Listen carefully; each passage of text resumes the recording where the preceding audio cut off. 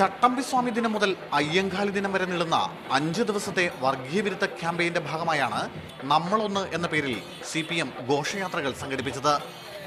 ശ്രീനാരായണ ഗുരുവും വാഗ്ഭടാനന്ദനും അടക്കമുള്ള നവോത്ഥാന നായകരുടെയും പാർട്ടി നേതാക്കളുടെയും നിശ്ചല ദൃശ്യങ്ങൾക്കൊപ്പം തെയ്യവും തിടമ്പു നൃത്തവും അടക്കമുള്ള അനുഷ്ഠാന കലകളും ഘോഷയാത്രയിൽ ഉൾപ്പെടുത്തിയിരുന്നു.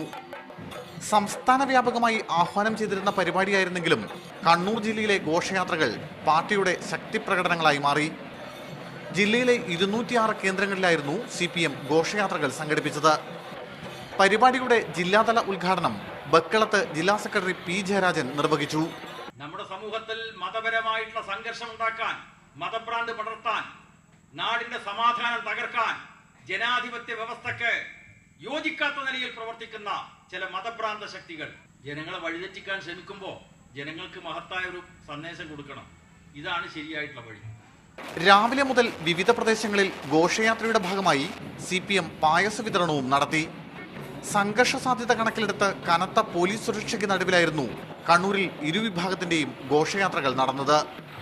സുനിൽ ഐസക്, മീഡിയ 1, കണ്ണൂർ.